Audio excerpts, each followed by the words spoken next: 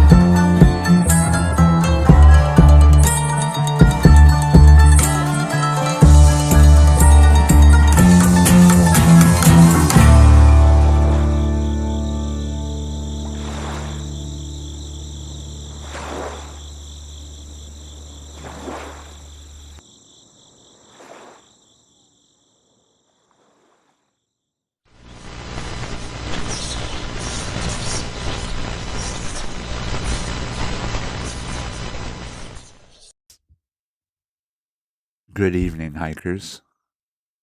Tonight, we're stepping off the familiar trails and into the quiet back roads that run between Maine's inland towns. The ones where porch lights glow a little too late, and the night carries stories most folks only tell behind closed doors. I'm Reverend Redbeard, and this is the Fogcast. Our guest tonight is someone who spent years gathering those stories. Nomar Slevik, author, investigator, archivist of high strangeness, and one of Maine's most trusted voices in experiencer culture, returns for his fourth visit to the show. Nomar's work doesn't chase spectacle. It documents the strange, the personal, the deeply human moments when someone sees something they can't explain and has to live with it. We'll talk about the vanished Johnny Cash monument in Somesville, the haunted research that shaped his book In the Pines, and the unsettling disappearance of Virginia Douglas. We'll dig into the Francis Swan case that pulled federal agents into a quiet Maine home, the goblin sightings during the Kentucky floods, and a 2009 encounter with an 8-foot figure that seemed to slip out of reality as quickly as it appeared. And along the way, we'll explore why so many of these stories, ghosts, creatures, lights, voices, all seem to braid together into something larger. All that is coming up. But before we get into the show, a friendly, if the night feels heavier than usual, trust your instincts, reminder to join us on Patreon. Early access, ad-free episodes, and exclusive content wait there like a lantern left burning on an abandoned porch. Wander over to acadiaafterdark.com for more stories the forest hasn't forgotten. Now, let's get into the episode.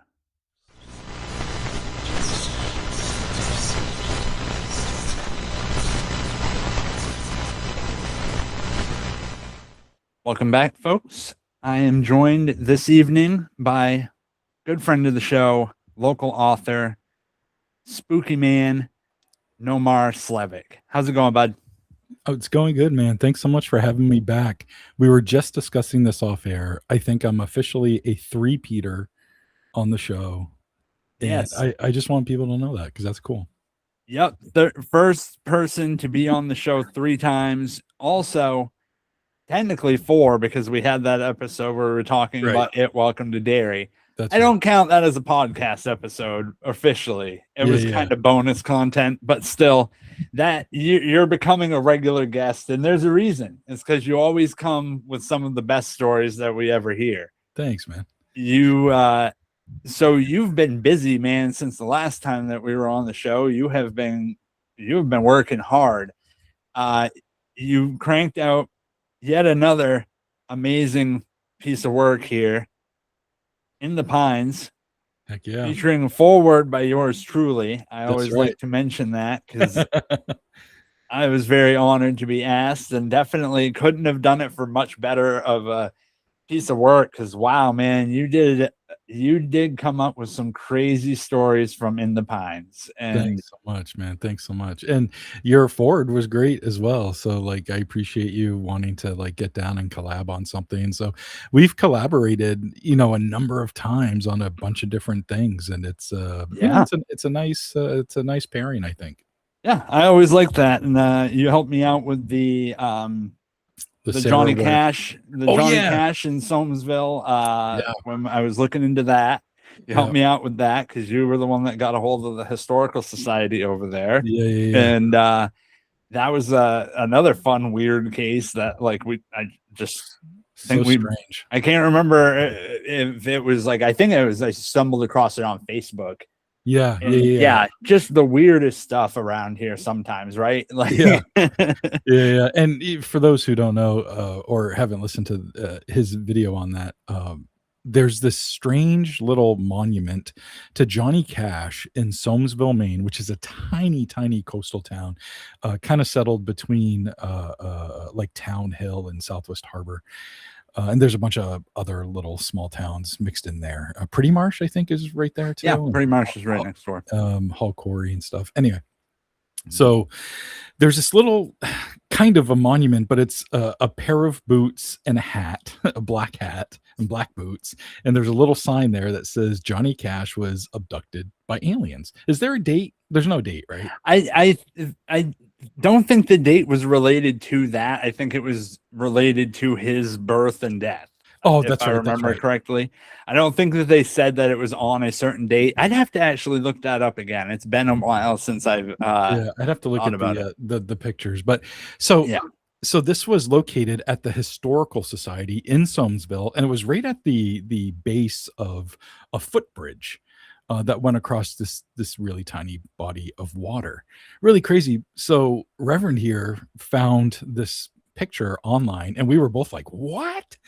And we're both not too far from the area. So I went down there and I just took a ton of pictures.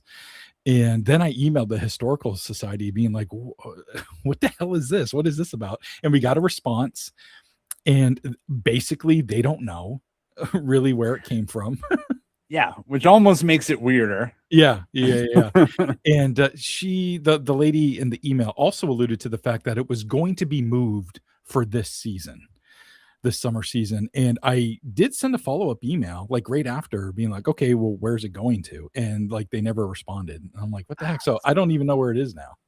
That's a bummer. I've driven by there a couple of times, and I didn't think to stop to check to see if it's still in the same spot, because it couldn't have been there very long, because the original sheet, I believe, was just like a regular piece of paper that they wrote it on. And it might have been laminated, or maybe it was in plastic or something, but yeah, something like that. Either way, really strange little roadside oddity. And it's part of the local flavor. I love coming across those sort of things, especially on the island and stuff, because you do come across those weird, local novelties that you might otherwise dismiss as, oh, well, who knows? That's just an internet, whatever. Yeah. And that happened to be one that was close enough we could actually look into it, and that was fun. So it was. But yeah, the collaborations have been so far always a blast. We always have a good time. We always have good conversations when we get to chat. Very excited to have you back on the show again. It's been about a year, so you've gotten to do a lot of work. You had this new book come out, In the Pines. How we talked a little bit about humanoid encounters when you had been ready to publish that. I think when it first came out, we had you on the show. what did you take away from Humanoid Encounters going into In the Pines? I know that in my own files, I just have a plethora of things. And I have an ongoing UFO folder. And then I started to have ongoing different folders for like ghosts and creatures and things like that. But I don't know. I just wasn't having enough different items in each folder, and it was actually becoming cumbersome to like go through the files because I had to keep going in individual folders. So I have a dedicated UFO file for Maine stuff, and then I have a dedicated folder for all other weird Maine stuff. And there's probably 800 files in there. Yeah. Within both folders, and it's stuff I haven't even processed yet. It's stuff that hasn't even come out yet. So, and this was after Humanoid Encounters. So I'm looking at these files, and of course, I know like whatever I'm going to do will probably have at the very least a UFO or alien chapter. But I was like, I just did like this creature book. The book I did the year before that was all about UFOs. So what is my next thing going to be? And I decided that I wanted to run the gamut of all things strange in Maine. So that includes creatures and ghosts and UFOs, and all of those have chapters in the book In the Pines. But also I wanted to do cursed lands and missing people and bizarre true crime. So all of that stuff made it into the book. There's even a story about spontaneous human combustion. Yeah. And it's the crux of that story is actually really small. There's not a whole lot of info around it, so I tell that story, but then I fill out the rest of the writing about the history of spontaneous human combustion and what scientists think these days, and and all that good stuff. But yeah, I guess long story short, I just had a bunch of weird files. I still have a ton of weird files. So there'll probably be another like In the Pines type of book. I rarely do like, In the Pines part 2 or, anything like that. Yeah. What I tend to do apparently as I get older, because time is a bastard, is all of a sudden 10 years have gone by and I'm like, oh, well, let's revisit this book and let's revisit that book. So I do have a project coming up in 2030, which is crazy to talk about now, but as you plan stuff out, I got to plan ahead. Sure. In 2030 is going to be the 10-year anniversary of Granite Skies, which is a book I wrote about a gentleman in New Hampshire. Yeah. And he still is having ongoing encounters. So we're going to republish the book. I've rewritten it already, and then we're going to meet and I'm going to interview him again to talk about all the stuff that has happened between 2020 and 2030, and his encounters start basically at birth. So it was like basically a memoir of his alien encounters in New Hampshire. And so in 2030 comes along, we're putting out Granite Skies 10 years later, and we'll have some new info on this gentleman in New Hampshire. So I cannot wait to read that, because the UFOs over Maine 10th anniversary edition was incredible. It was already a hell of a book. I mean, it's a hefty boy. You could beat somebody to death with that. That like, is a book. Like if they were shopping at Ames back in the day, they would be in the Husky section. Yeah, absolutely.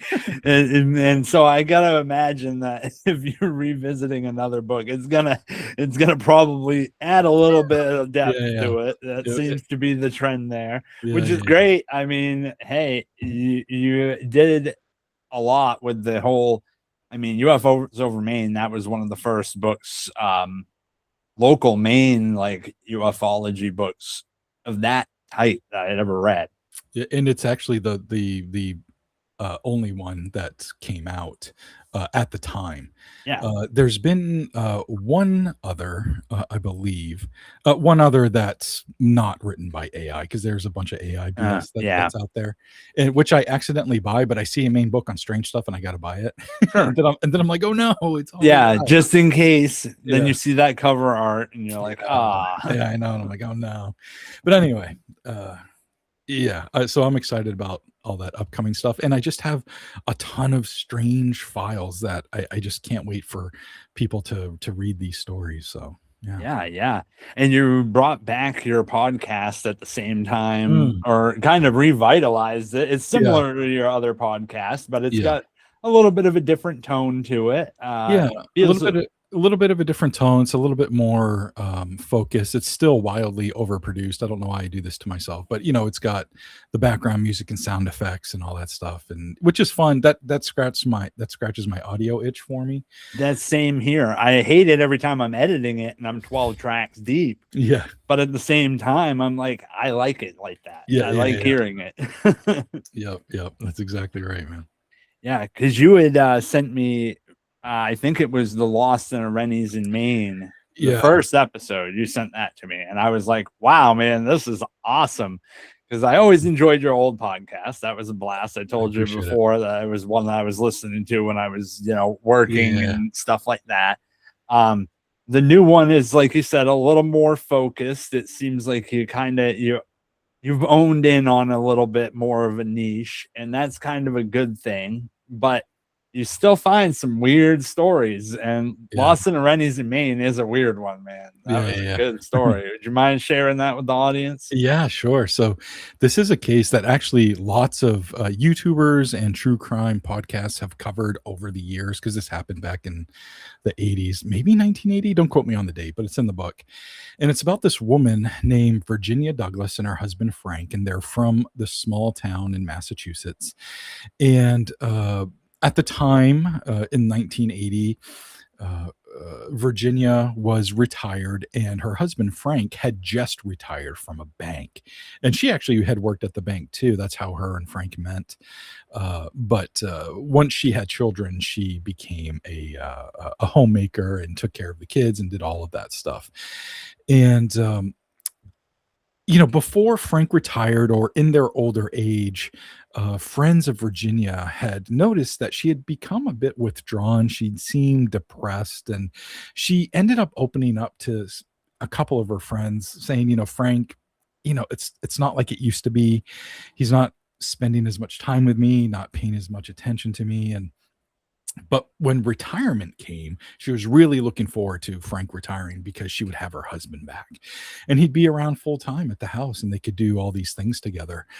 Well, kind of the opposite happened. Frank picked up all these hobbies. Some were stuff he was doing in the past, but some were new ones, where he would go play tennis, by himself, or, with a partner that's not Virginia. And he would take these little trips, again, quote unquote, by himself, without Virginia. And it made her sink into an even deeper depression. And there was this time, it was during the weekend, it was September, and they were outside, like I think it was a Saturday, and they were outside doing some yard work, and Frank had gone inside to use the bathroom or something, and Virginia was kind of tired and kind of done doing the yard work, so she went to go inside, maybe 10-15 minutes after Frank went inside, and she goes to open the door and it's locked, and she's like, well, what the hell? And so she knocks on the door, and nobody comes to the door, and then she starts banging on the door and yelling for Frank, and like 10 minutes goes by, and he finally opens the door, and she was upset. Like, she was finally mad and confronted him. Was like, what are you doing?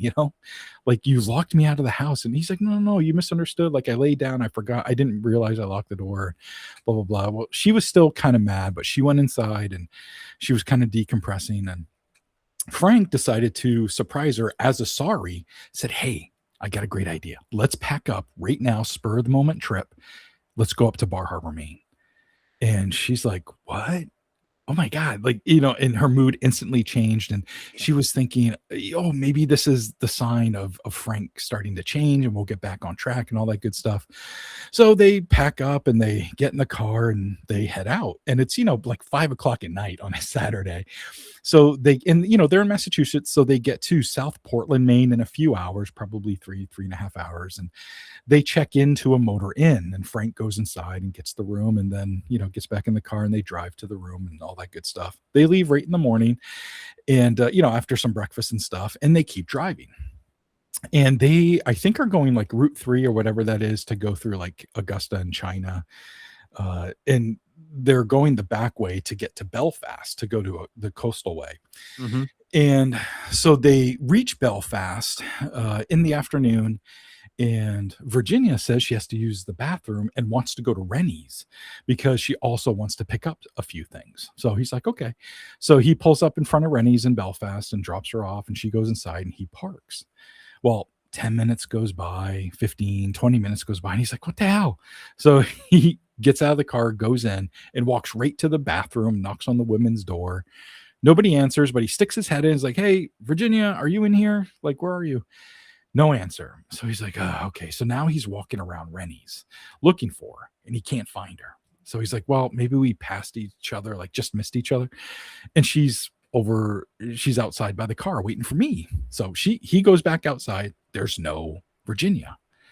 He's like, what the hell? So he gets back in the car and he waits and he looks down and he sees that Virginia's purse is there and she has medications and stuff that she has to take, and that's not with her. And so about an hour goes by and he's like freaking out. So he decides to go back into Rennie's. He talks to a manager, explains everything that I just told you, and asks if they can look around. And he said, yeah. So they search around, can't find her. And then he goes, I think I have to call the police. And the manager agreed. So he does. And 2 cops come over and he explains everything to them. And so now they're all looking, and they're looking not only in Rennie's, but they're looking in the parking lot and surrounding buildings and stuff like that. And there's no sign of her. So the next day is Sunday and the store is closed. And Frank asks if they can go into the store with nobody in there and like really look everywhere, like every nook and cranny. And manager agrees. The cops come and everything, and they all look everywhere. Like they're looking on the roof, they're looking everywhere, and they can't find her. So now the cops are like, they're suspicious, and they want to know what happened before getting to Belfast. They want to know what happened in Massachusetts, So they actually call the police down in Massachusetts and said, hey, here's what's going on. We have this guy here. He's a resident of your town, blah, blah, blah. And they're like, oh, yeah, we know Frank. And he's like, can you go to the house and see what's what, And they're like, yes, but we're going to talk to their children. They have 2 adult girls. And the adult girls meet the police over at their house. And the girls notice things out of whack immediately. So they're in the house and they notice that windows are open. That doesn't make sense. The parents that they know would close all the windows and lock them, especially if they're leaving overnight. I mean, everybody does that. And then when they're looking around the kitchen, they go into the refrigerator and they see it's packed with like fresh food. There's deli meat, there's veggies and all this stuff. And they know their mother would not like go grocery shopping and then go on a trip. Like that just doesn't make sense. Right. Or she would at least pack some of the stuff to use on a picnic, but it didn't look like any of that had happened. And then the girls discovered blood and hair by the back door. So the police, they brought it to the police's attention. The police obviously thought that was suspicious. The Massachusetts police, they tell the police up in Maine what's going on and what they found and all that stuff. So now they bring Frank in for questioning. Right. He's playing dumb. He's sticking to his story. The search intensifies over the next couple of days. She's nowhere to be found. Frank eventually goes back to Massachusetts, and years go by. And over the years, even a psychic said she's like in the water somewhere. And police ended up searching Sebago Lake at some point because they got some sort of tip, and they didn't find anything. And so even more years go by. Frank and the girls don't talk anymore, and Frank dies. To this day, we have no idea what happened to Virginia Douglas, but the speculation is she never left the house in Massachusetts. The thought is they did get into a fight, whether it was him locking her out or whatever that sparked it, I don't know, but he ended up killing her in the house and disposed of her somewhere in Massachusetts, whether he buried her in the backyard or who the hell knows. Right. But that's where it stands to this day. It's an unsolved mystery. And, Maine played a small piece of it, which I thought was really strange. And especially an iconic store in our state played a piece in it, and so I felt like I had to tell that story. Absolutely. And it is, I mean, it's hard to think of something that is more quintessentially Maine than just disappearing in a Rennie's, because I think we've all kind of felt that sometimes. Not to make light of a real life tragedy, but the first time that I heard that title, I was like, yeah, I've known a few people like that, honestly. But nonetheless, it's such a chilling story because there's so little information, and it's all just, she seemingly just disappeared off the face of the planet. Yeah. He went through that whole trip as if, and especially the way that you framed it in the book and in your episode on the podcast, because it's almost that like double exposure sort of thing, right? Where it's like you have this whole narrative initially that they drove up here, that they were along for the whole trip, and she didn't go missing until they hit that Rennie's. Yeah. Because that's the narrative that he put out. Right. Meanwhile, nobody actually saw her. That's right. Nobody saw her checking in. Nobody saw her at the Rennie's. Nobody seen her previous to her leaving her house. Yeah. Yeah. And, me retelling the story right now, I left a lot of like, minutia out of it. Sure. But there was one part where Frank was seen in Rennie's, and there are receipts where he was buying like women's underwear to put in Virginia's bag because he didn't pack any clothes for her. He just grabbed her suitcase. Like, what an idiot. Not that I want him to get away with it, but like, what are you doing? Buying... You can tell this was not a thought out crime. I mean, he's dead, so I guess like allegedly can't really say nothing about that. But at the same time, it's like he had a lot of weird behaviors. He did, leading up to the police being at all interested in him, and the fact that it never even went anywhere because they just couldn't point to him because there was nothing but circumstantial evidence as far That's as exactly right. I mean, it's not like it should have been a hard case to solve, because it's like any person that hears the details is like, well, duh. Yeah. But right. Yeah. But they need, at the same time, the police need, concrete evidence. And aside from his just lack of explanation for any of it, there's nothing. And that's, and in itself a mystery. Sadly, hopefully, I mean, his daughters, I'm sure, if they were having no contact with him, I'm assuming they probably already had made the conclusion themselves as far as how they felt about the situation. It's a sad story. It was one of the very interesting ones, and it was a great start to your new podcast and the return of that. I know we had talked a little bit about the reason that you had changed the podcast before. What was your reasoning? I know you had like your old podcast because of the licensing issues and stuff on Spotify changing and all this stuff that it kind of like went away. With the new one, and now you've updated it and changed it, what was the thought process behind that?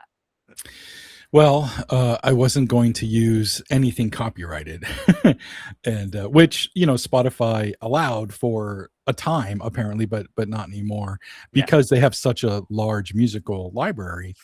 If you're using their software, which was Anchor, I think at the time, it might be called Spotify Podcast now. But when I was using it, it was Anchor, and you were allowed to use Spotify's library. Right. And not only were you allowed to use it, I went the extra step to actually include the credits in my podcast, Wow. And but they were like, so finally they had made a change, and they had warned me and everything. I'm like, okay, well, going forward I'll stop. But they're like, no, everything that's out now is not good. And boom, they cut me off, and I'm like, whoa. Okay, so I didn't want to do a podcast anyway. Is kind of my mentality at that time, just because I was upset by it. I was also in the throes of working on like 4 different projects. So I was like, I can't even think about it right now. And then I started getting the itch again to like tell audio spooky stories. And within the Pines, that prompted the title Haunted Pines for the podcast. And I was like, oh, that's cool. They're both come out the same year, right around the same time, and they'll kind of like introduce each other, because Lost in Rennie's in Maine is in the Pines, and it'll be the first episode of Haunted Pines and all that good stuff. So I'm on episode 9, and they're really short, like 15 to 20 minute short and sweet and to the point episodes of high strangeness. The latest one that just came out. What the hell is the latest one that just came out? That's a good question. I missed this one. It came out last Thursday, and I should know what it is. You and me both, man. You and me both. Why can't I picture this? I want to try to remember. I'm gonna pull that up right now. Oh, yeah. It's about the flood goblins.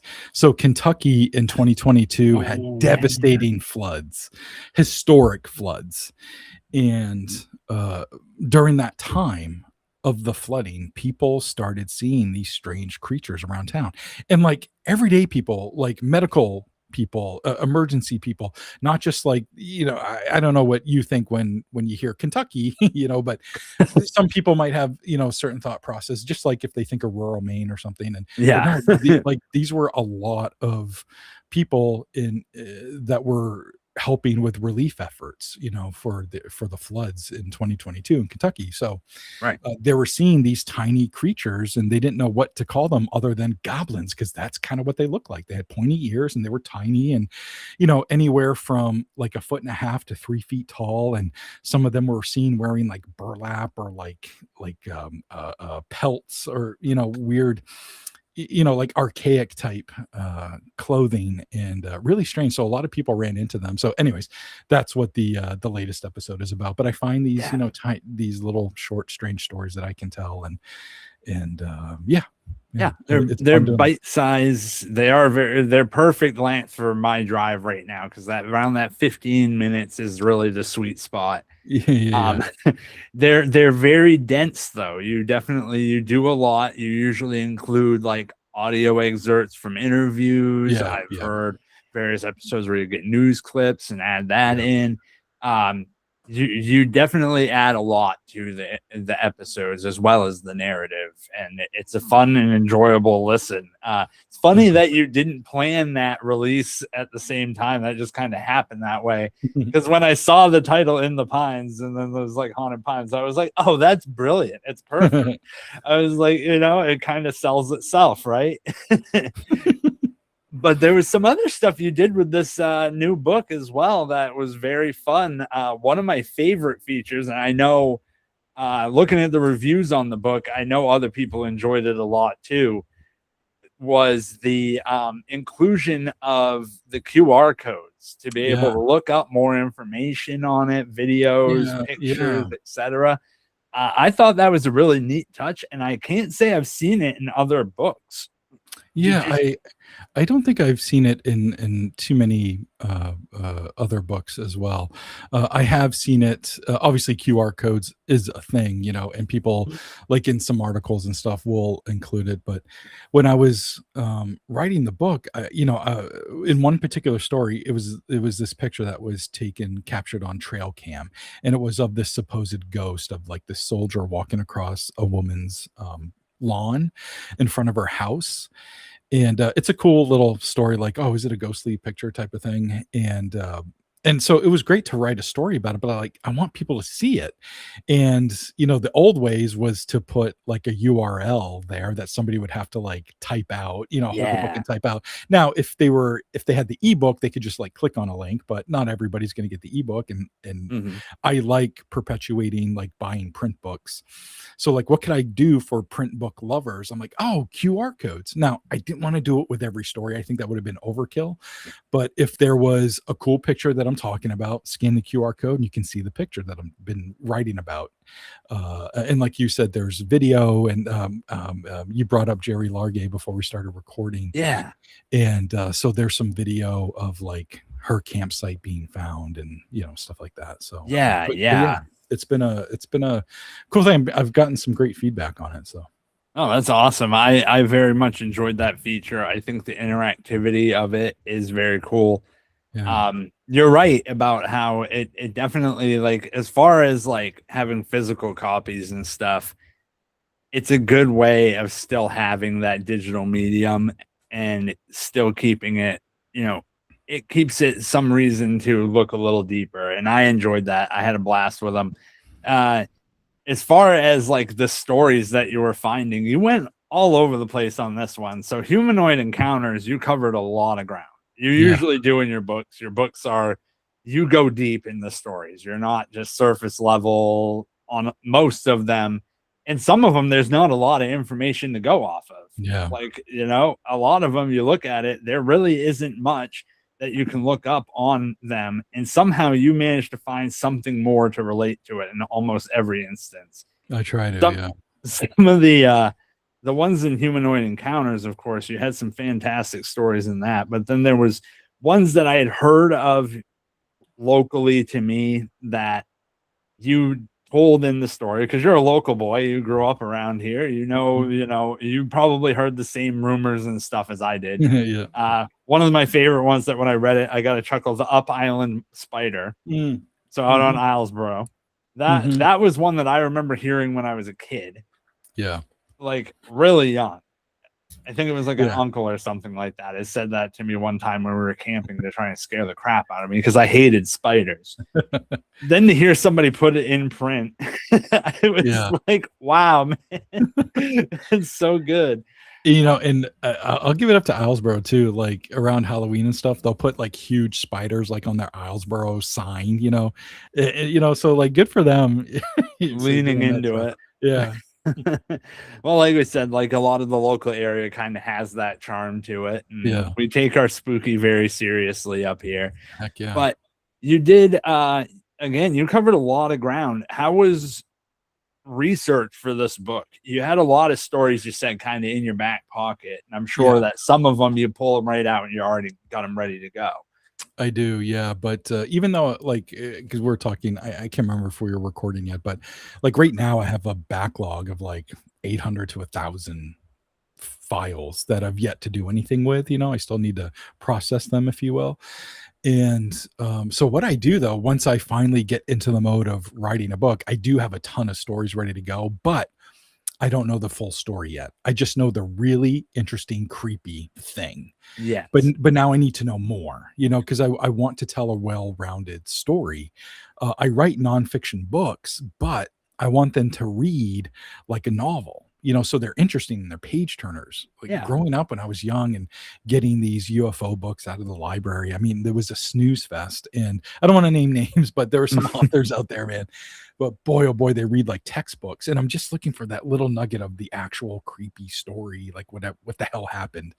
And I would get that, but there'd be all this pontification surrounding it, and I don't know if they were trying to write smarter than they were, or what the deal was, or maybe I was just simply too young to like have fun with it or something, because I just wanted the story. And so when I started writing, I'm like, I don't want to be like that. I don't want to write textbooks. I want to write books that are fun to read, but I want them about real stories, so yeah, when I find a story, I dig as deep as I can get, and hopefully I can talk to some people. A lot of times, mostly lately, it's a hard time getting people to open up. I had a real good sweet spot for about 10 years where people were like really opening up and all that stuff. And even though people are still coming out and coming and bringing me their stories, they don't want to be associated with it sometimes. So in some of these more modern stories, I have to like change the name or, something like that. Which is fine. And I have some really cool stories that people just won't let me tell. They're like, I just had to get off my chest. I'm like, that's cool. That's all good. Like I'm here to be a non-judgmental, kind ear for people. So right.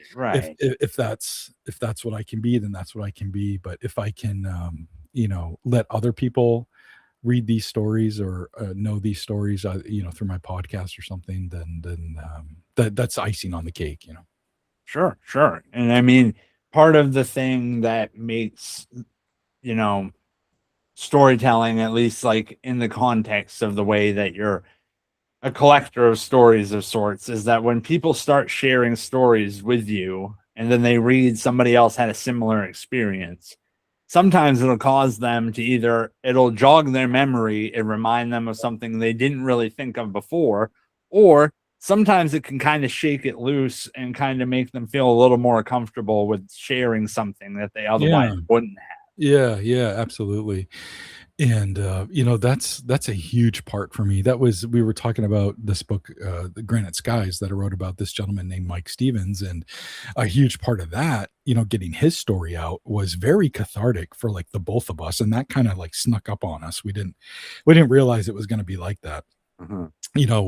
We set out for me to like write a book about his encounters, and that was kind of it. And then we kind of ended up being like bonded, almost like, not to minimize war or anything, but it felt like we went through something together by these long form interviews, and him like bearing his soul and telling me everything like about himself and the encounters. And then that allowed me to bear my soul and to feel comfortable doing that. And this Granite Skies book ended up kind of being like a dual story of all of his encounters, but then my reactions to it, and how I have my own trauma, and and how that's bubbling to the surface, and how I'm dealing with that. And so it's a great, to get these stories out for people can be very cathartic, and can help in their healing process. And it's just a privilege to like be able to be a part of that for some of these people.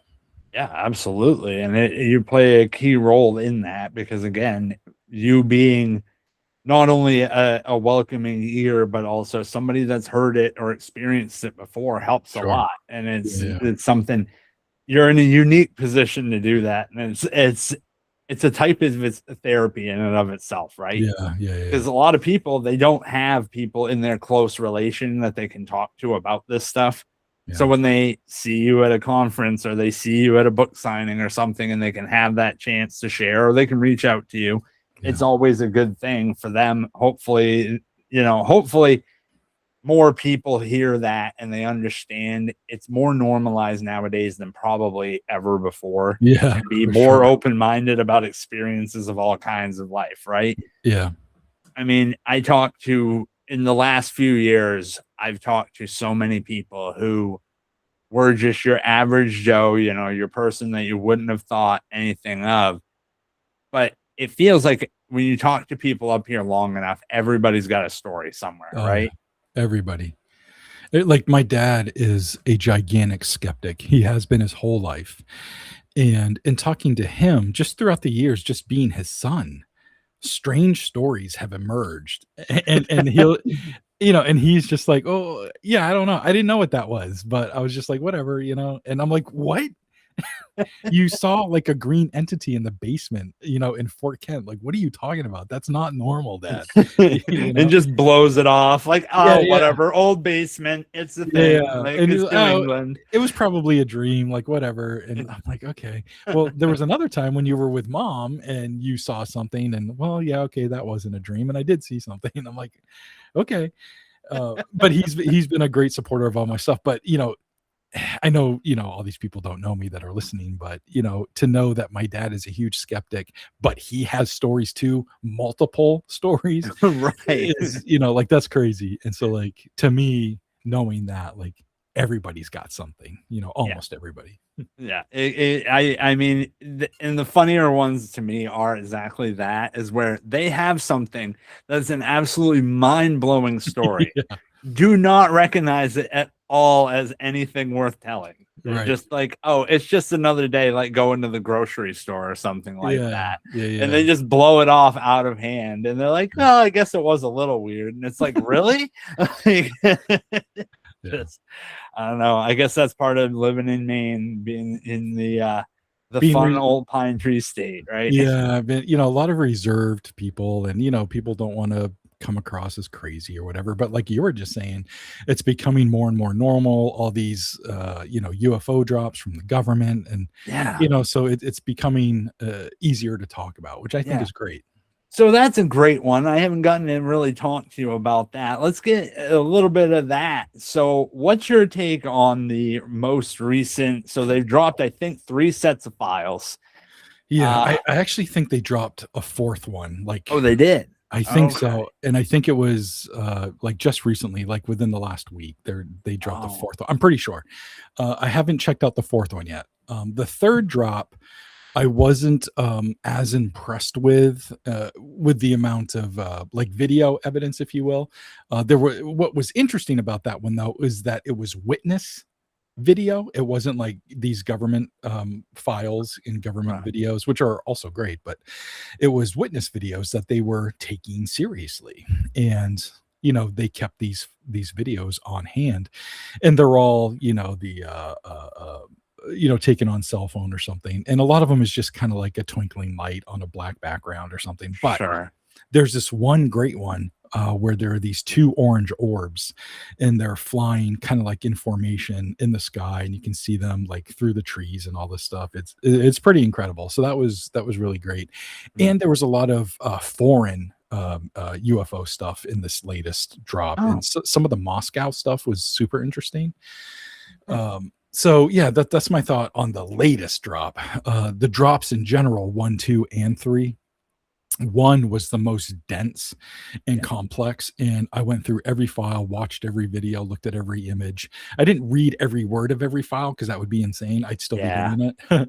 But I was looking for Maine stuff, and I did find some. You had seen some yourself, and but I did find some files on Francis Swan, and she is a woman I wrote about back in 2024, and her story has been dissected and discussed for 50 years because it happened back in the start of it happened like back in 52. But the CIA, the FBI, the Navy, they all got involved, where this woman from Elliott, Maine, which is way down southern Maine, claimed to talk to this alien named AFFA, AFFA. And he said he was an alien from Uranus. And he didn't like the way Earth was going because we're part of this galactic federation thing, and that we're going to destroy Earth with our bombs and all this stuff. And so he wanted to intervene, and he knew that Francis Swan was next door neighbors to a retired Navy admiral who also lived, I think he lived in South Berwick. Anyway, which is very close to each other. And so AFA, she did meet him once on Halloween, which is really strange, in 1952. She met him like in person once at a Halloween party. Really strange. But anyways, all of her communications after that was through automatic writing. And so she would go into this trance, and he would basically call her up, and she would go into this trance and start writing down his communications. And so people, the admiral, the Navy admiral that was with her, and other, people from the FBI and all these other places, would come and interview AFA through Francis. And they would ask Francis questions. AFA could hear them, and then she would automatically, write them down. And it got to the point where they would just finish asking a question, because then Francis would have to then ask AFA, and then AFA would answer. AFA could start to hear their questions through Francis. So she started not to repeat them. She just immediately started writing down answers, which was really interesting and added to her credibility, because she was writing down things that she shouldn't know. And, Right. So it's not like she was like speaking into some radio or an earpiece and getting a signal from somebody, or because I'm sure being in the 50s, that era, they're probably like, just around the Cold War, just after World War II, they were probably freaking out over the idea of a random woman in the suburbs of Maine having contact with some higher intelligence. That had to have been a red flag. And this was less than a decade after Roswell, so that I'm sure that was still reverberating throughout the military, despite the cover up and all that stuff. But I think it was 54 or 55, J. Edgar Hoover, who was at the time the director of the FBI, I think, he decided that he didn't like what was going on with AFA and Francis and the Navy admiral. So he washed his hands of it. He's like, the FBI is not going to be involved with this anymore. So they were like, okay. And they just kind of put it away. Francis and the admiral, the Navy admiral, her neighbor, they would still talk about it and stuff. But her files that were within the government kind of kept getting passed around, and random people within areas of the military or the CIA or whatever would find them and be like, this is crazy. We got to go talk to her. And they would contact Francis and be like, yo, can we come out and talk to you and talk to AFA? And she's like, yeah, sure. Because she was happy people were interested again, And so that ended up happening like 2 different times, where these people like found her files and then contacted her and all that stuff. Anyways, it goes down in the annals of UFO history that the CIA, the Navy, and the FBI were all interested in this woman from southern Maine, a tiny little town in southern Maine that apparently spoke to aliens. And Afa wasn't the only alien. There was actually like 10 of them that she would speak to, but there was Afa was like the main one. Yeah. And her files were in the UFO dump that happened recently. Yeah. So I had wrote about Francis back in 2024, but since the release of those files, I got a little bit more information, and so I'm redoing the piece for Fate magazine so they can have like a full picture of what's happening. And so excited about that.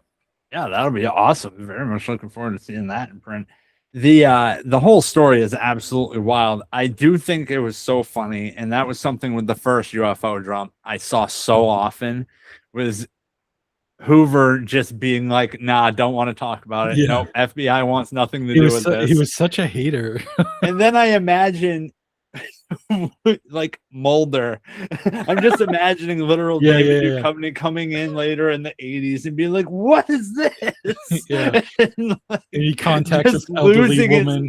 And this woman's elderly now. And so he contacts her and she's like, I do remember Afa. It becomes a whole thing. It's such a wild story. You could write a movie on just that. It would be fantastic. Like absolutely, dude.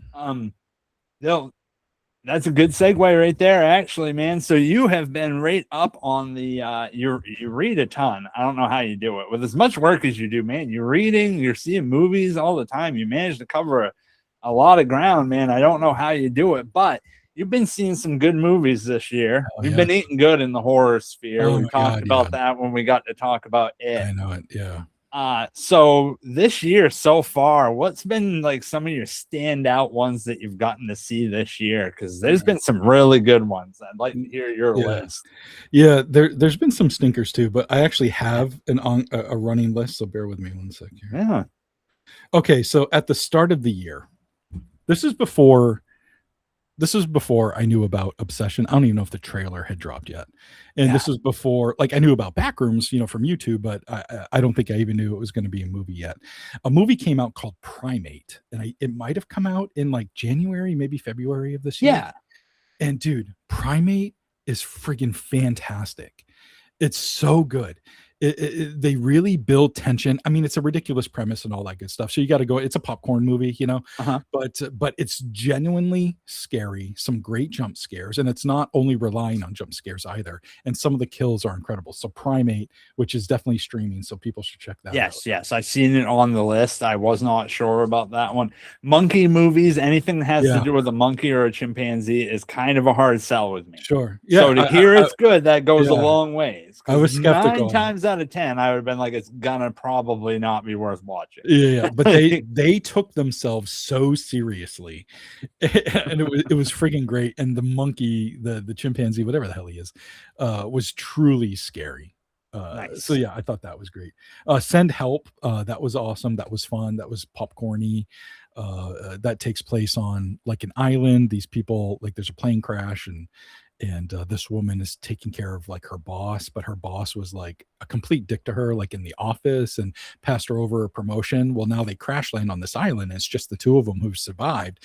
And she's like a huge fan of Survivor and like practices this stuff. So getting lost on stranded on a deserted island was like the perfect thing for her to have happen to her. And so now she's in charge and taking care of him and blah, blah, blah. But yeah, so that's a great one. Yeah. Project Hail Mary. I heard a lot of good things about that. I absolutely love that. It made me cry. It's such a good movie. And then my 2 favorites of the year are Obsession and Backrooms. Yeah. Obsession is just this. I don't have to tell anybody about Obsession. Everybody knows about Obsession. Everybody knows about Backrooms.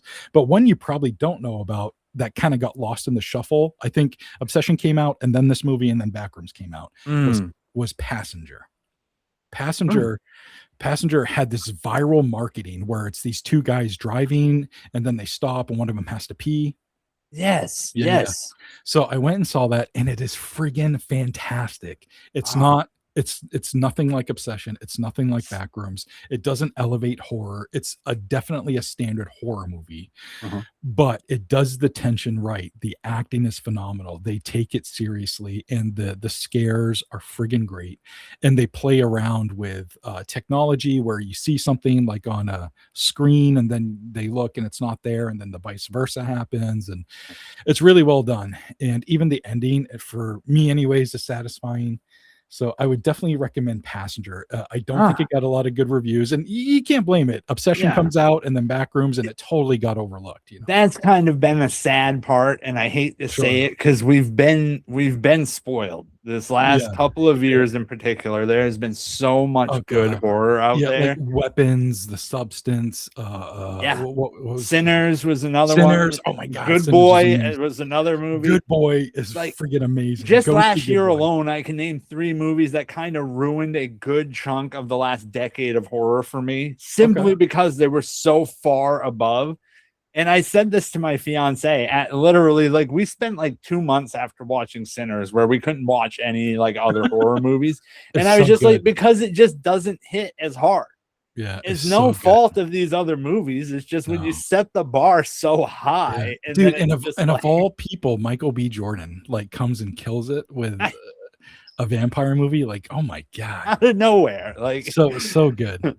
I have to imagine that's kind of how people felt with From Dusk Till Dawn back in the day. To have it just out of nowhere, like, what's this guy doing a vampire movie for? Then have it hit so hard that, dude, I was like, I'm old enough to have been around when Dusk Till Dawn came out. I didn't see it in the theater. I think I was too young for that. But when I got it on VHS or whatever, I didn't have it ruined for me. I'm watching the movie. It's a Quentin Tarantino movie. George Clooney's in it. I'm like, this is great. Or, Tarantino's in it. And I'm like, this is great. It's more it's just along the lines of Pulp Fiction and all that stuff that went out. First half of the movie, you're just watching a Tarantino film. And then it turns into the vampire stuff. I thought it was amazing. That was one of my favorite twists. I also went into that movie blind. I was lucky. I mean, good thing of not having the internet back then, right? Because that would have been meme to hell, and we never would have heard either that, or the entire thing would have just devolved into Selma Hayek's foot that time. But knowing the internet today, I think that's probably where it would have went. But nonetheless, like, we would have never had that experience had it not been for that. And now looking back, it's like, I can kind of see how people now, it comes out of left field and they're like, well, I didn't understand why they had to go this direction. It's like, well, you got to do something different, man. And especially now. Yeah. Then you don't get movies, and we can't be friends.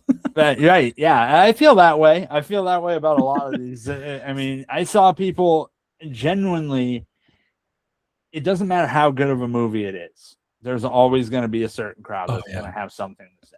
Yeah, there's trolls and haters for everything, and that's just the way. There's trolls and haters for like all my stuff, and back in the day, 15 years ago, it really bothered me, and but you grow a thick skin. It's just people can have opinions. It's okay. Sure. Yeah, they're allowed to not like things. It's not for them. That's the thing, though. Is sometimes I wish people would just recognize, hey, this isn't always for you. That's the other part, is they feel entitled that everything has to be their specific taste, and I'm like, dude, that's not how anything works. Like, the world doesn't revolve around you. Most people were taught that at an early age. Some people just don't get that now. And there's a whole main character syndrome thing that's plaguing especially America. It's tough. But one movie I did want to talk about is Disclosure Day. My girlfriend and I, we had to go see that on opening weekend. Right. And I grew up with the two Stevens and Ice-T. That's who raised me. Besides my lovely parents, and however flawed they are, that's okay. But what who really raised me to like be the person that I am today is the two Stevens and Ice-T. And I'm talking about Stephen King, Steven Spielberg, and Ice-T. Right. And a Spielberg movie that has to do with aliens. He's got a great track record. E.T., Close Encounters, War of the Worlds is a fantastic movie, and it's got Tom Cruise in it. It's a great movie. Right. And I was really looking forward to it. I was hoping it wasn't going to be like the aliens turn out to be AI or, something stupid, Yeah. and so I was pleasantly surprised that it wasn't. I don't want to spoil too much, but everybody knows that we're dealing with aliens here. But there's a new regime in Hollywood. And in my opinion, which is maybe a hot take, is that Spielberg's not a part of it anymore. He's part of the old regime. This movie is a throwback to old school summer blockbusters. Yeah. And it doesn't work anymore. It didn't work on me anyways. And I think a lot of people felt that way. There's mixed reviews on it. Now, there are some amazing things that he did. I think this might be the first movie, at least mainstream movie, that used the term experiencer. I don't think I've ever heard that in a movie before. Yeah, and so Steven Spielberg, he's working with some people that know some stuff, which is great. Yeah. Also, the tidbits of footage and things that are mentioned, I feel like is typically like within my own UFO circle of people know these things. And he was talking about them in mainstream media. Yeah. And I thought that was really cool too. But it didn't have the whimsy or the magic of a Steven Spielberg movie. There was like this really unnecessary action scene that didn't even seem like Spielberg. It almost seemed like a studio note, like, we need more action, or something. I don't know. Yeah.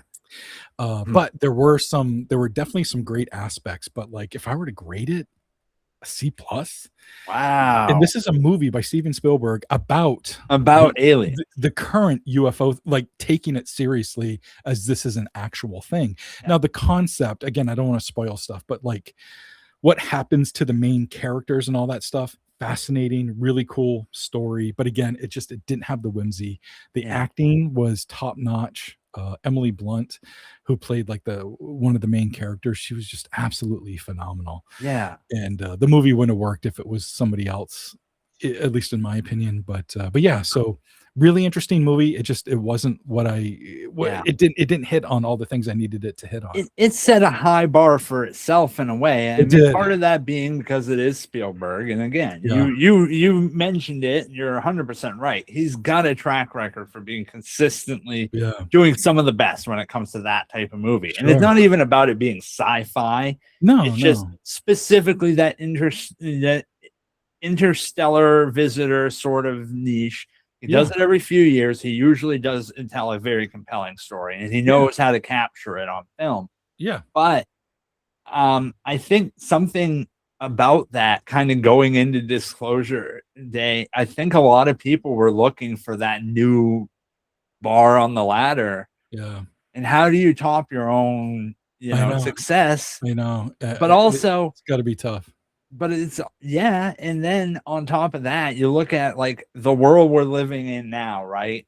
We've become a little bit jaded when it comes to the idea of disclosure. Sure. To the point that a lot of people, you go online, a lot of people that were talking about this movie were like, Steven Spielberg is legitimately just working with the federal government now to disclose aliens. And I'm like, I think it's just a movie, folks. Like, I think we're all right.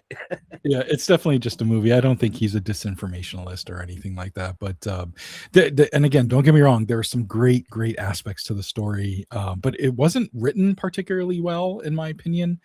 And the music was awful. Yeah, like using like old school, like the old school like orchestral arrangement type stuff. I mean, which is still in a lot of movies, but for some reason it just didn't work in this movie. I don't know why. It just wasn't hitting with me. And but yeah, again, a lot of great stuff, but a lot of stuff that I could have done without. And after the success of Obsession and Backrooms and seeing how these movies are written and how they're being filmed and how they're being layered and the complexity of it all. Oh yeah. I don't know if Spielberg can do something like that. I think his foot is too far into the old ways of Hollywood. Now, just a few years ago, he released a movie called The Fabelmans. And that was basically like a biographical movie, like about his life growing up. And I thought that was fantastic. That movie made me cry. Seth Rogen, I think, played his dad and stuff. And it was phenomenal and well acted. And that was a Steven Spielberg I knew. So I was actually excited going into Disclosure Day because of The Fabelmans, which was not a fantastical, otherworldly anything. You know, it was just a little more grounded for him. Yeah, really grounded. And I was hoping he would take that groundedness into Disclosure Day, but then also add the otherworldly stuff on top of it. And when you do that, you got ET, you got Close Encounters. You know what I mean? Like, right. You got those types, and it just it didn't hit for me. But you might see it on, you know, streaming and have a different opinion, and then we'll have to come on and have an argument. Yeah, definitely. I would love to get to talk about it a little more at length when I get to see the whole thing, because I'm interested in it. I don't go to as many movies in theater unless they happen to play them down here on the island, which is fortunately few and far between with the good ones like that. Like they didn't even get back rooms down here, which is actually shocking to me. Oh, wow. Because the success of that one alone, I was like, you'd think any theater worth a damn would pick that up. Yeah. Granted, I don't think people initially thought that one was going to be as successful. Same as Obsession. Yeah, but fair. There's a weird thing happening right now in horror, partially because of the whole like influx of like good horror from YouTube, which I mean, I've seen some good series that were just short films that people developed and then built a whole universe around. Backrooms being started as a 4chan post, then becoming a YouTube series, and now becoming the largest movie in the world. You know, where it literally beat the Star Wars film this year. Yeah, and took out crazy and cut out like Masters of the Universe flopped. You know what I mean? Supergirl flopped, and you know. Well, I blame part of the Masters of the Universe on Leto. Jared Leto being involved was everything pretty much he touches the death knell in that movie for me. I'm sorry. Everything he touches, you know, besides you know, the early stuff, it goes to hell. It's too bad. It's sad how that happens, but it is. I would also like to preface all of these opinions that I'm saying about movies, because I know people can get passionate about movies and all that. Just this is subjective opinion, and this is a guy who loves the Terrifier series. I love Art the Clown and Terrifier. So just so you know, my dumb opinion, I also love the Terrifier movies, which are awful, but I love them. So take it all with a grain of salt. Yeah, take it with a grain of salt. No, I appreciate the Terrifier series for what it is, but they're not my style of movie anymore. That's fair. But dude, when I got to see Terrifier 3 in the theater, a packed theater, like it brought me back, you know, to like when I went to the movies, you know, like as a kid and seeing like these big movies, you know, it was crazy. It was cool. And for me, like, because you were talking about you don't go to the cinema that much, and which I can understand. First of all, it's way too expensive. Oh yeah. So I don't do other things so I can do that thing. Sure. You know what I mean? Yeah. And but the cinema has been a magical place for me since I was a child. It's where I can go to escape, and there are lots of things in my life that, like, to this day, that aren't good, and the cinema, I get to escape all that. So if I can go, and I've got my girlfriend sitting right next to me, and we're, you know, and I just let movies on. She's an analyzer, and she knows 10 steps ahead of what's going on. She's smart. And I just let a movie like unfold before me like a big dumb idiot, you know, like, oh, look at this spectacle, you know. So it's just always been a magical place for me. So just so people understand that, like, it's not like I have to go out and see the latest, greatest thing all the time. It's just horror is huge. And if I can see a horror movie in the cinema, I'm going to do it. Well, that's the thing right there, is like, it hasn't always been that you could go and see a horror movie in a theater, at a big theater anyways, and have actual people there and have it be like a packed house like you do today, where you go and see Terrifier, or you go to the back rooms and they're still selling out theaters. Yeah. That's wild to me, because it's like, I remember like probably the first horror movie I ever saw in theaters was the Blair Witch Project. That was an anomaly to me at the time. Yeah. And it still is today for different reasons. Right. But at the time, I was like, holy crap, like going to a theater and having that experience in the specific context of seeing a movie meant to scare the audience was such a different thing. And it was so new to me, and that like permanently like altered the way I experienced stuff. But unfortunately nowadays, partially because, like I said, the cost of it, the theater experience isn't as much of a thing for me anymore because like we've had so many of those big movies that then get spoiled before it ever gets to it. Yeah. And that's been a problem of mine is like a lot of the movies, you have to really go out of your way to freaking avoid them if you don't want to spoil shit. Then you get to the theater and you've got an audience that's not with it for whatever reason, and that ruins your first experience with it. You never get that back with movies.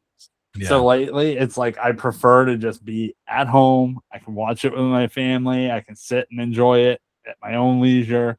Yeah. None of that disturbance. I wish that I could experience it, like have that, again, because it was so good. Yeah. Unfortunately, nowadays, I know they've got another Blair Witch Project coming down the road here, a remake of my favorite movie of all time. And I'm just like, would you please not? Like in my opinion on that piece of it, I'll take every Stephen King remake. I'll remake them all. I'm gonna go see them. Like I went and saw all 3 of the Strangers reboots, chapter 1, 2, and 3. And I thought 1 was really great. 2, I thought actually was phenomenal, but part 3 was awful, which sucks. But but I'll see any remake. I'm a slut for that type of stuff. The reason I love bad movies is because of Stephen King. There's so many bad Stephen King movies that I love them. I did want to point out one movie that I just watched recently on streaming.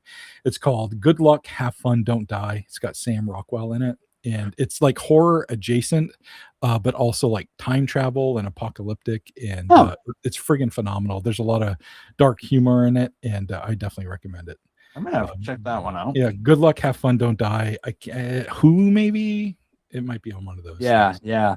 I'll have to look into that one. That and Passenger, I'm definitely gonna have to see because that sounded. I saw the trailer for that one. I think when they were first doing like early release stuff for that, and that did sound intriguing, but it kind of got washed away. Obsession was like one that snuck up on people. Yeah. I mean, I had been waiting for Backrooms. Like I knew about that series. So I was like, okay, this is going to be one to pay attention to. Obsession, I think, took everybody by surprise. I don't think a lot of people were looking at that movie and expecting it to be as successful. Yeah. But hey, it's a good place to be as a horror fan. So I love it. We eating good, man. Yeah, for real. It only gets better. And I'm looking forward to where it comes from here because, we'll see. They got the idea from seeing Backrooms and Obsession be successful. Apparently, Hollywood, as they love to do, took the wrong message from it and immediately ran to, we got to take every idea we can get from Reddit and start making of that. Oh, God. I don't know if you ever saw the Dear David movie, but it's awful. Yeah. Which was the Twitter thread, which was really cool, but it was awful though. I was really looking forward to it, but I'm expecting dark times ahead when it comes to some of the Reddit bowels that I've seen from the early days of the internet and 4chan and stuff. Yeah. It's not going to go a good direction all the time. Yeah. For every Backrooms, there was a friggin' happy appy that people had to deal with. I don't know if you ever heard that one. Oh, yeah. My Lord, man. We're going to have some dark times ahead. Yeah. Well, man, hey. I don't want to cut us off or anything, but I'm sure you've got stuff to do. It's been a little bit about an hour, a little more. But I would like to hear some of your stories, if you wouldn't mind. Either share one, if you've had any time to be out in the field and had any weird experiences since the last time we chatted. I'd love to hear about it. But if not, tell me one of your favorites from the In the Pines that you've been recounting, because you've been doing a lot more speaking gigs this year. You've been getting to do some book signings, some speaking gigs. You've been a busy man. You've been getting around. Yeah. Been getting around the last few years, trying to do a lot of library stuff. I don't really like being a vendor at events. It's just kind of boring. You sit there for 4, 6, 8 hours, and you typically have to pay to be there, and I typically can't afford to do that because tables are really expensive. Yeah, I understand, but so in order for me to like go to an event, I need to be like invited, and and I'm typically invited because I'll also speak or tell some stories or something. Right. So if you don't see me at your event, ask your event people to invite Nomar so you can so I can tell some stories. But I just can't afford to be there. Some of these tables, some of them are $300 for a table. It's crazy. Yeah. And I understand it's a needed cost because these people are renting out these big places, and it all costs money and all that stuff. Anyway, but yeah, I've been doing a lot of speaking engagements, and it's my favorite thing to do, to go to libraries and stuff and tell stories. One of my favorites, it's a really short and sweet story. I probably told it on here before, but I'll tell it again. It's very quick. Mm-hmm. But it took place back in 2009, so over a decade ago. Christ, we're going on almost 20 years now. And that's crazy. Yeah, that's crazy in itself. But there was this woman in southern Maine, and it was the summertime, and she's outside talking on the phone to her dad, and her dog's with her. Her dog's name is Chance. And they're just kind of chilling. She's talking on the phone, and the dog gets all rigid and is looking at something. He's like, "What are you doing, you weirdo?" She's half paying attention. And she continues to talk to her dad, but then the dog starts to do this real deep, strange sounding guttural growl she's never heard before. She's heard, Chance bark, she's heard him growl before, but never make this sort of noise. And she's like, "What is wrong with you?" And Chance stands up, and he's looking at something across the yard. So she follows his gaze and looks and sees this alien knelt down at the base of a tree in her backyard. So she's on the phone with her dad, and she's like, "Dad, I gotta go." And she hangs up and is putting the phone in her pocket. And that motion seemed to signal to Chance to go run after this thing. Oh, no. So Chance takes off running. He's barking. And I also meant to say the alien was staring straight at her when she saw it. So that was creepy. Anyway, so the dog takes off running and is barking at this alien. The alien stands up and is now looking at the dog. She said the alien was 8 feet tall. It was all arms and legs, super skinny, spindly arms and legs. And it starts running. While it's running, it starts to disappear from the head down. And at one point, she's just seeing legs running. And then it finally disappears. And this is all happening within 20 seconds, And the alien finally disappears, and the dog stops running, but continues to bark in that direction. Right. And she's like, "What the hell?" It's she can't believe what she just saw. She's trying to wrangle the dog to get him back inside. And she finally does. And her boyfriend comes down, hears all the commotion, and he comes down, and she tells him what happened. And he believes her. She's not into UFOs. She doesn't make up stories. So they go outside to see if there's any sort of evidence of the alien having been there, maybe footprints or something, but there was nothing that they could find. But that's the story in a nutshell. It's short and sweet and to the point. And but when talking to the woman, this was over a decade later, and she when she closes her eyes at night, to this day she still sees it. It still scares the hell out of her. That clear. Yeah. And she's like, I want to know, why me? And I hate it when people ask me why me, because I don't have a good answer. Right. I don't know why this happened. I don't know why it was in your yard. I don't know if it always is in your yard and this is the one time you saw it, I don't know. But what I do know is that if you let me share this story, you don't have to, but if you let me share it, somebody else who's afraid to come forward might read it and maybe not feel so alone, or maybe feel understood or something. Yeah.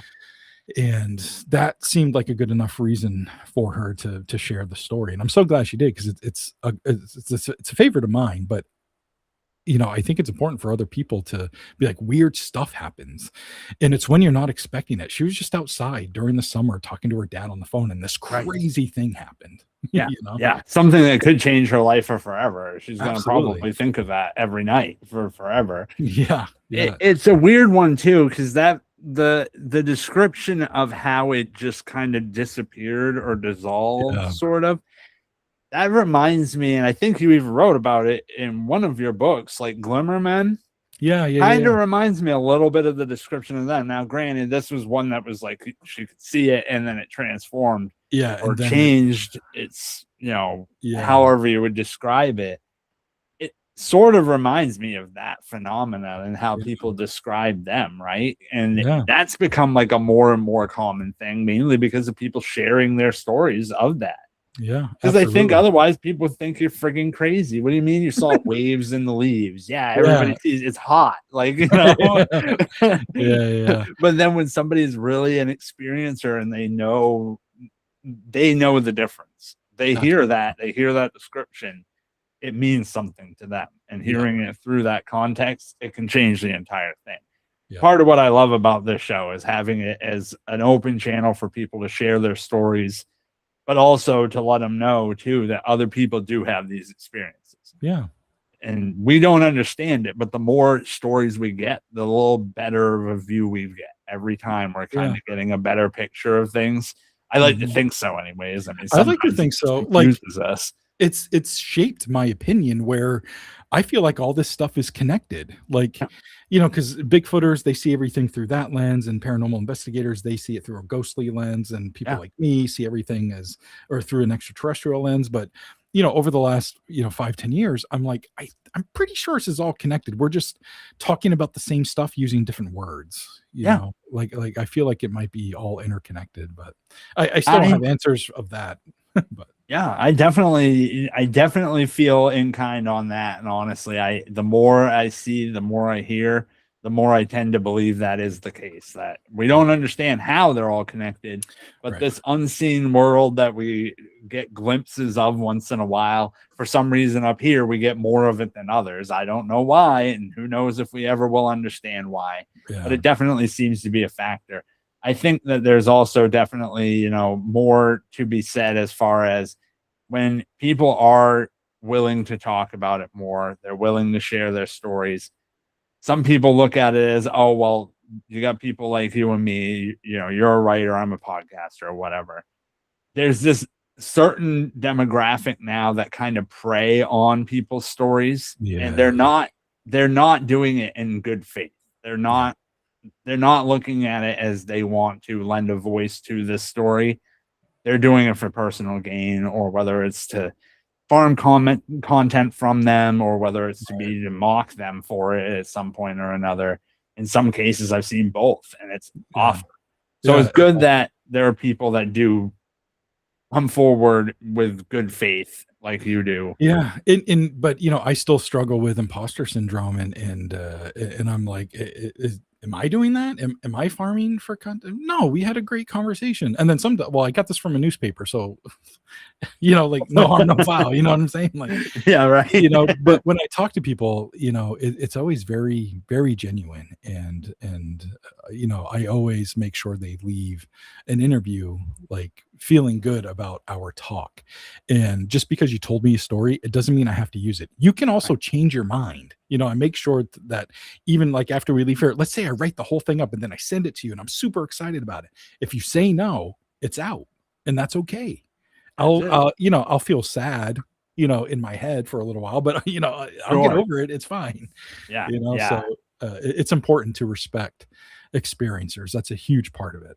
Yeah. And honestly, as somebody that, does this, researches it, talks to a lot of people about this stuff, the more genuine you are, if you do want to hear, and this is going to the audience, this is going to anybody that's interested in this stuff, the more authentic you are yourself, the more people are going to share with you. Yeah. It's a two-way street. If you are what you preach, and experiencers don't want to bottle it all up all the time. And if you can put yourself in that mindset as well and understand where they're coming from, it'll help both of you. Yeah. So it's definitely a good thing. And I just thought of one of your weird stories that was in your friggin' book that now is just living in my head. And it is because I'm doing a thing on pale crawlers again. Oh, yeah. And of course, you had an entire fantastic chapter in humanoid encounters. Everybody is going to have to go and get your books. If they haven't already, I'm going to be linking your stuff in the description, so everybody will get a chance. And Humanoid Encounters is now an audiobook too, so people can go on Audible and check that out. It's a great audiobook as well. I enjoyed the audiobook.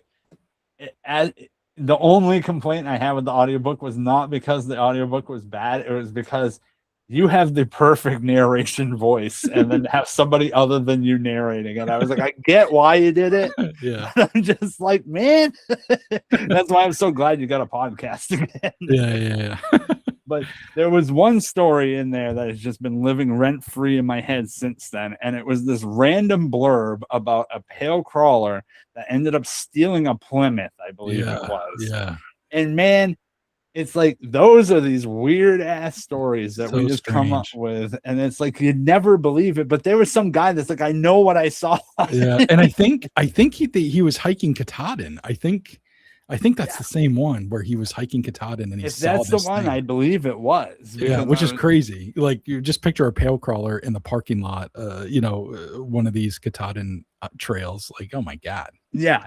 It's like that was one of the ones that I was just like, man, that's something that you can't just make that up, right? Like, nobody. You can, but you're insane if you do. Right, because nobody's gonna believe that out of hand. Yeah. It doesn't matter how much you want them to. They're just gonna be like, really? At the 7-Eleven, bud? Really? Like, Yeah. But nonetheless, man, Nomar, it's always great to have you on the show. Thank you so much for coming on and talking with me this evening. Thank you so much for sharing your stories. Your book, In the Pines, absolutely an incredible book.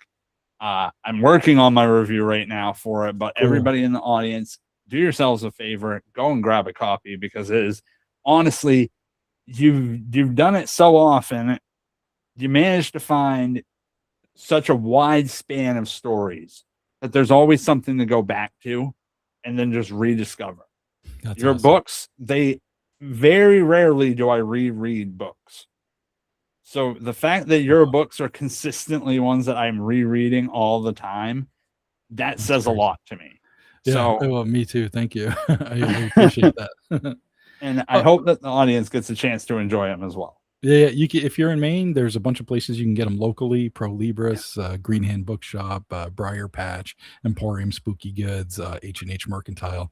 Also, one quick shout out: July 11th, both I and Reverend Redbeard and a bunch of other people are going to be at the International Cryptozoology Museum for the VIP kickoff. There's also an event going on during the day where there's vendors and all that great stuff, and then the next day for Lauren's birthday, there's more people, but a ton of people are going to be there, and I'm so excited to meet like Tim and like Craig Woolheater and like a bunch of these guys that I've like quoted their works, and I'll be able to get to meet them. So both Reverend Redbeard and I, Michelle Sawyer, she's going to be up there. My girlfriend's going to be there, so I'm very excited. Yeah, it's going to be a fantastic time. I think that's going to probably be one of the bigger events of the summer, as far as like anything to do with spooky stuff. Up until probably the paranormal and horror con, it'll be the next time you see this amount of people. But here's the thing: is like the VIP access.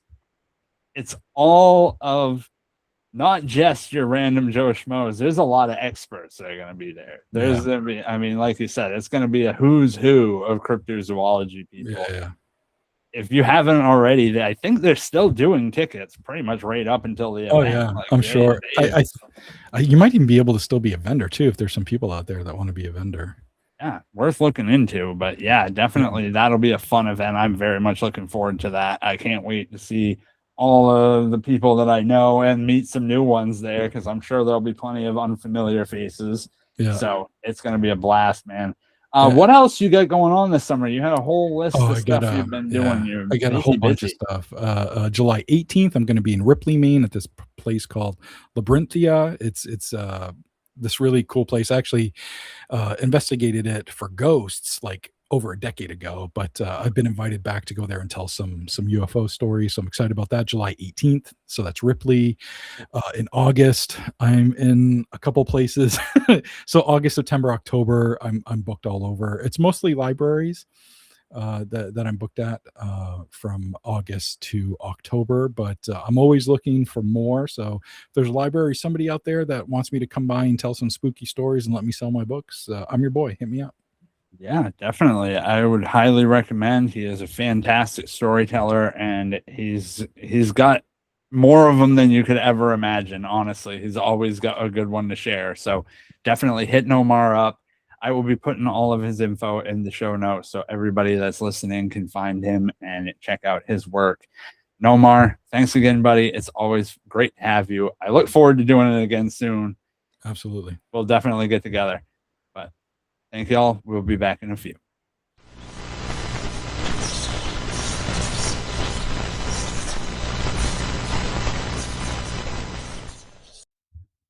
That was Nomar Slevik, researcher, storyteller, friend of the show, and one of the few people who can speak about Maine's strangest encounters with the clarity of someone who spent years listening to experiencers, digging through archives, and following leads into places most people overlook.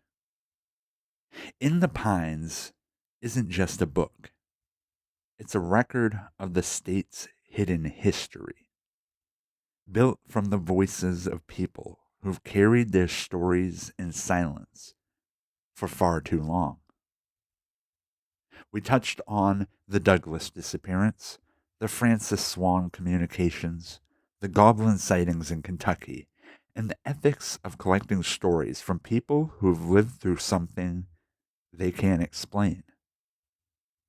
We talked about trauma, catharsis, and the strange interconnectedness of paranormal encounters, and how so many of these experiences seem to echo one another, even when they happen miles or even decades apart.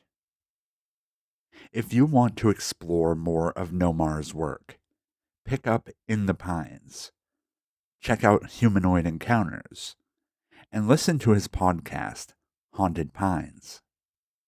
You can also catch him at upcoming events going on this summer. The Fogcast is an Acadia After Dark production.